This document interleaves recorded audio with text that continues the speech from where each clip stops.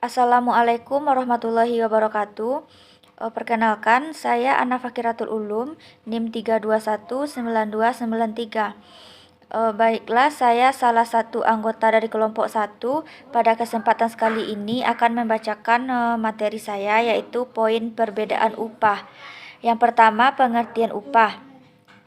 Menurut Undang-Undang Nomor 13 Tahun 2003 tentang Ketenagakerjaan, upah didefinisikan sebagai hak pekerja atau buruh yang diterima dinyatakan dalam bentuk uang sebagai imbalan dari pengusaha atau pemberi kerja kepada pekerja yang ditetapkan dan dibayar menurut suatu perjanjian kerja, kesepakatan, atau peraturan perundang-undangan, termasuk tunjangan bagi pekerja atau buruh dan keluarganya atas suatu pekerjaan atau jasa yang telah atau akan dilakukan. Pada Peraturan Pemerintah Republik Indonesia Nomor 78 Tahun 2015 tentang Pengupahan Pasal 1 Ayat 1, upah dinyatakan dalam bentuk uang sebagai imbalan dari pengusaha atau pemberi kerja kepada pekerja atau buruh yang ditetapkan dan dibayar menurut suatu perjanjian kerja. Upah diberikan sebagai bentuk balas jasa yang adil dan layak diberikan kepada para pekerja atas jasa-jasanya dalam mencapai tujuan organisasi. Upah dibayarkan kepada pekerja berdasarkan jam kerja, jumlah barang yang dihasilkan, atau banyaknya pelayanan yang diberikan. Sedangkan menurut Mukhdarsyah Sinungan, upah kerja adalah pencerminan pendapatan nasional dalam bentuk upah, uang yang diterima oleh buruh sesuai dengan jumlah dan kualitas yang dicurahkan untuk pembuatan suatu produk. Selain pendapatan di atas, ada beberapa pengertian lain tentang upah. Menurut Sodono Sukirno, upah adalah pembayaran atas jasa-jasa fisik yang disediakan oleh tenaga kerja kepada para pengusaha. Sementara itu, menurut Melayu SP Hasibuan, upah adalah balas jasa yang dibayarkan kepada para pekerja harian dengan berpedoman atas perjanjian yang disepakati membayarnya. Dari sekian definisi tentang upah tersebut, maka dapat disimpulkan bahwa upah merupakan imbalan yang diterima oleh pekerja dari pengusaha atau jasa yang diberikan untuk perusahaan berdasarkan lamanya jam kerja dan jumlah produk yang dihasilkan, serta adanya kesepakatan antara pekerja dengan pengusaha dalam menentukan besaran upah. Baiklah, sekian penjelasan materi dari saya. Terima kasih. Assalamualaikum warahmatullahi wabarakatuh. Perkenalkan, nama saya Rizky Saskia dengan NIM 3219294. Saya akan menjelaskan mengenai komponen upah. Penghasilan pekerja buruh itu terdiri dari upah dan non-upah. Yang upah terdiri dari upah pokok, yaitu imbalan dasar yang dibayarkan kepada pekerja menurut tingkat atau jenis pekerjaannya. Yang selanjutnya itu tunjangan tetap. Tunjangan tetap itu pembayaran yang teratur berkaitan dengan pekerjaan yang diberikan secara bertahap untuk pekerja atau buruh dan keluarganya serta dibayarkan dalam waktu yang sama dengan pembayaran upah pokok seperti tunjangan istri, tunjangan anak, jabatan, dan lain-lain. Selanjutnya ada tunjangan tidak tetap, yaitu suatu pembayaran langsung maupun tidak langsung berkaitan dengan pekerja atau buruh. Sedangkan bukan upah merupakan tunjangan hari raya, fasilitas itu seperti tempat penitipan bayi, koperasi, kantin, pemberian makanan secara cuma-cuma, dan lain-lain. Selanjutnya ada bonus, yaitu pembayaran yang diterima pekerja dari hasil keuntungan perusahaan atau karena pekerja menghasilkan hasil kerja lebih dari target produksi. Selanjutnya, pemerintah menetapkan kebijakan perusahaan yang melindungi pekerja atau buruh yang meliputi upah minimum, upah kerja lembur, upah tidak masuk kerja karena berhalangan, upah tidak masuk kerja karena melakukan kegiatan lain di luar pekerjaan, dan upah karena menjalankan hak waktu istirahat kerjanya. Bentuk dan cara pembayaran upahnya. Menurut Swedarjadi, upah minimum itu ketetapan yang dikeluarkan oleh pemerintah mengenai keharusan perusahaan untuk membayar upah sekurang-kurangnya sama dengan kebutuhan hidup layak. Pekerja yang paling rendah tingkatannya dari pengertian upah tersebut, maka di satu sisi adalah merupakan hak pekerja atau buruh dan kewajiban pengusaha. Yang ketiga yaitu mekanisme penetapan upah. Yang pertama, upah minimum. Upah minimum adalah upah bulanan yang terendah yang terdiri dari upah pokok termasuk tunjangan tetap berlaku bagi para pekerja yang mempunyai masa kerja kurang dari 1 tahun. Usulan besaran upah minimum yang disampaikan oleh Dewan Pengupahan merupakan hasil survei kebutuhan hidup seorang pekerja lajang yang diatur tersendiri dalam Peraturan Menteri Negara Kerja tentang komponen kebutuhan hidup bekerja lajang. Yang kedua yaitu kesepakatan upah. Penetapan melalui kesepakatan ini biasanya dilakukan bagi para pekerja dengan masa kerja lebih dari 1 tahun, sebagaimana diatur dalam ketentuan. Peninjauan besarnya upah pekerja dengan masa kerja lebih dari 1 tahun dilakukan atas kesepakatan tertulis antara pekerja, serikat, dan pekerja dengan pengusaha. Yang ketiga yaitu struktur skala upah. Selain perundingan upah, mekanisme penetapan upah juga dilakukan melalui penyusunan struktur dan skala upah. Hal ini sesuai dengan ketentuan pengusaha menyusun struktur dan skala upah dalam penetapan upah pekerja atau buruh di perusahaan. Sedangkan penyusunan skala upah dapat dilakukan melalui skala tunggal atau skala ganda.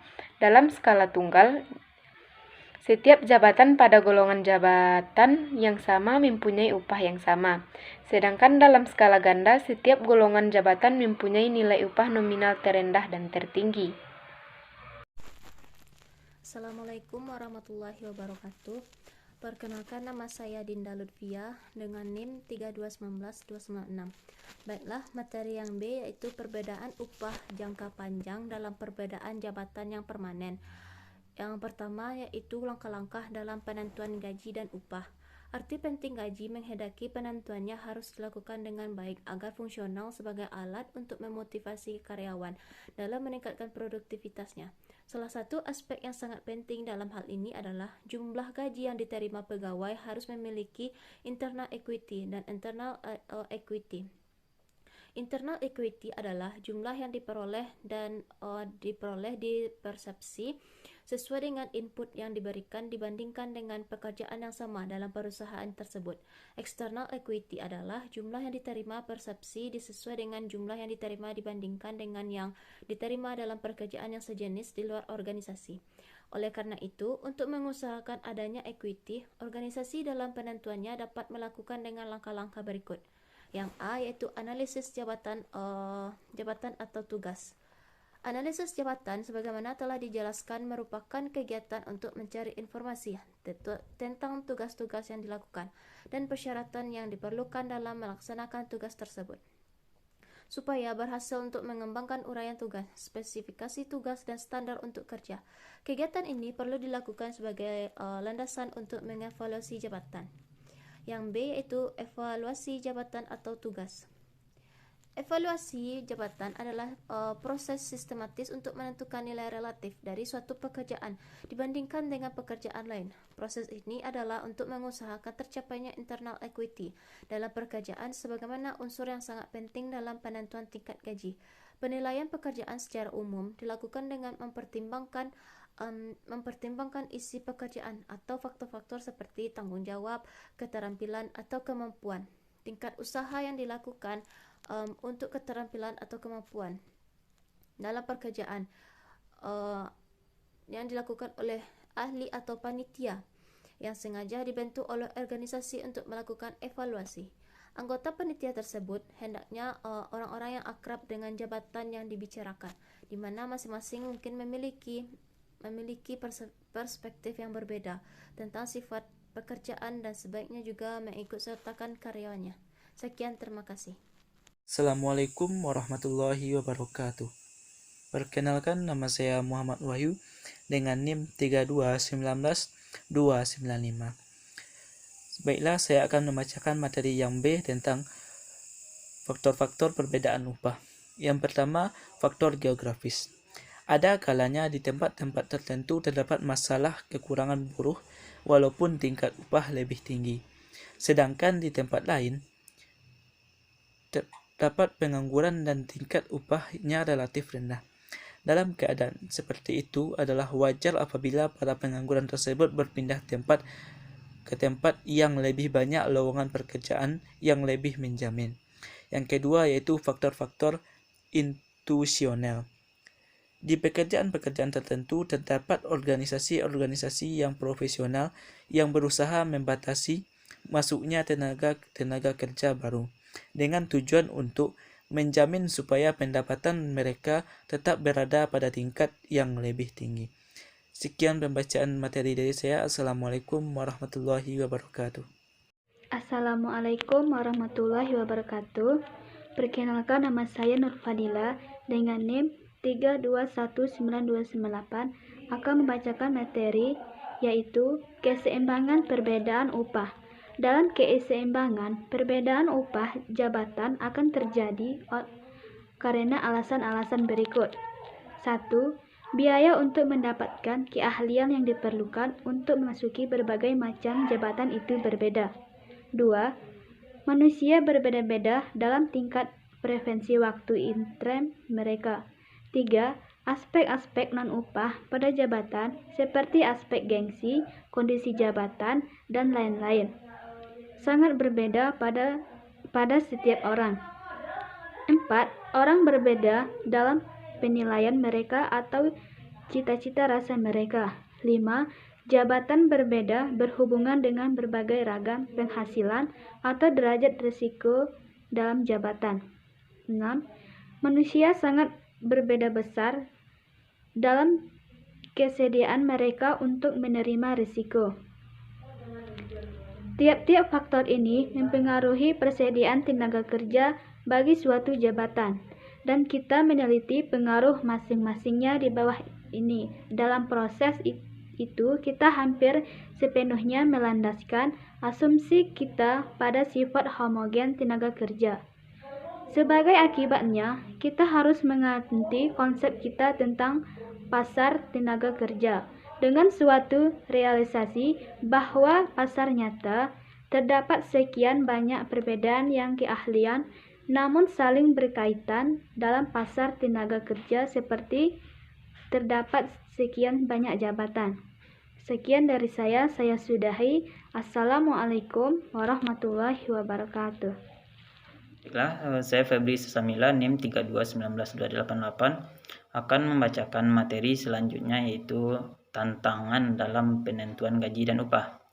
Meskipun sudah dilakukan evaluasi jabatan dengan sangat hati-hati yang menghasilkan ranking atau klasifikasi jabatan dan dapat ditentukan gaji yang layak sesuai dengan kelasnya. Sering kali hal itu tidak dapat dilakukan sebab masih ada sejumlah faktor atau kekuatan yang mempengaruhi tingkat gaji yang sering di luar kemampuan perusahaan untuk mengendalikannya. Faktor-faktor ini sekaligus menjadi tantangan dalam perencanaan dan penentuan gaji. Adapun faktor-faktor itu adalah yang pertama, tingkat gaji yang lazim. Tingkat upah dan gaji bisa sangat tergantung pada ketersediaan tenaga kerja di pasar tenaga kerja dan permintaan tenaga kerja. Selanjutnya yaitu serikat buruh. Serikat buruh bisa menjadi kekuatan yang sangat besar dalam suatu perusahaan yang dapat memaksa perusahaan untuk memberikan upah atau gaji yang lebih besar bila dibandingkan dengan hasil evaluasi jabatan. Selanjutnya yaitu pemerintah. Pemerintah sebagaimana kita ketahui merupakan lembaga yang berkepentingan dengan kesejahteraan pekerja sebagai warga negara dan juga terhadap kelangsungan hidup perusahaan. Faktor selanjutnya yaitu kebijakan dan strategi pengajian.